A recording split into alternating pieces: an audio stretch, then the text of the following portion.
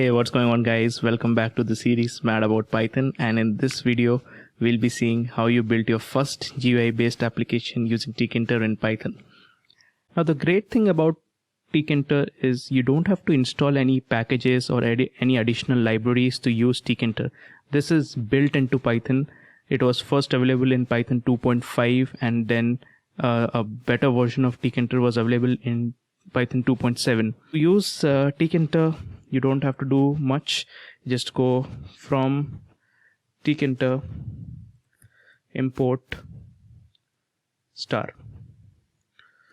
Now the star here means from Tkinter, import everything, just like everything from that library specifically. Now once you have done that, you need to build a widget. For a GUI application, as you can see, your Visual Studio Code itself is a GUI application. You can see an icon here.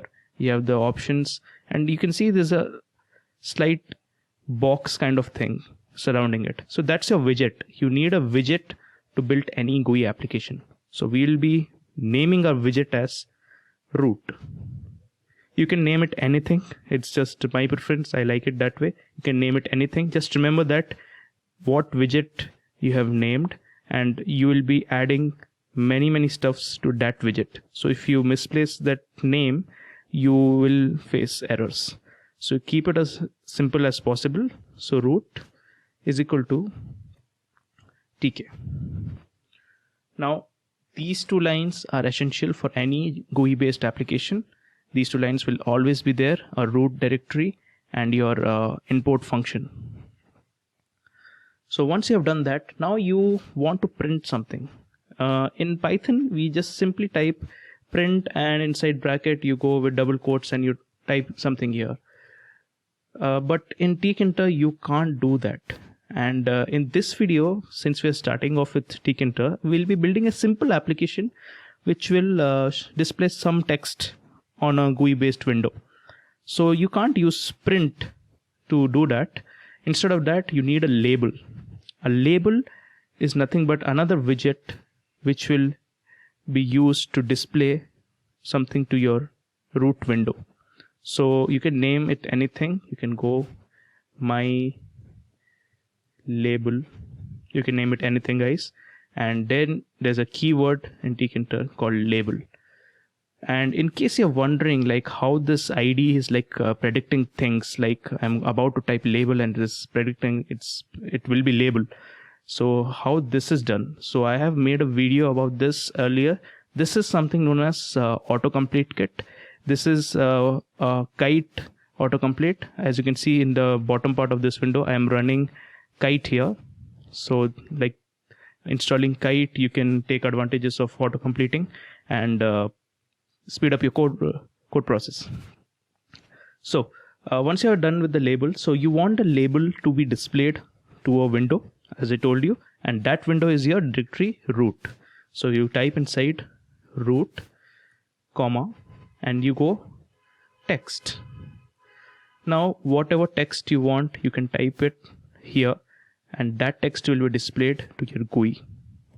So I'm going to type hello world, I love Python.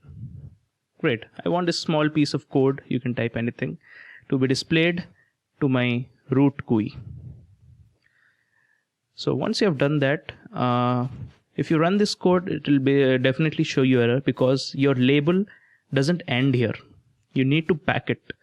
You need to pack it, like the whole label should be packed inside the window. You don't want it somewhere else.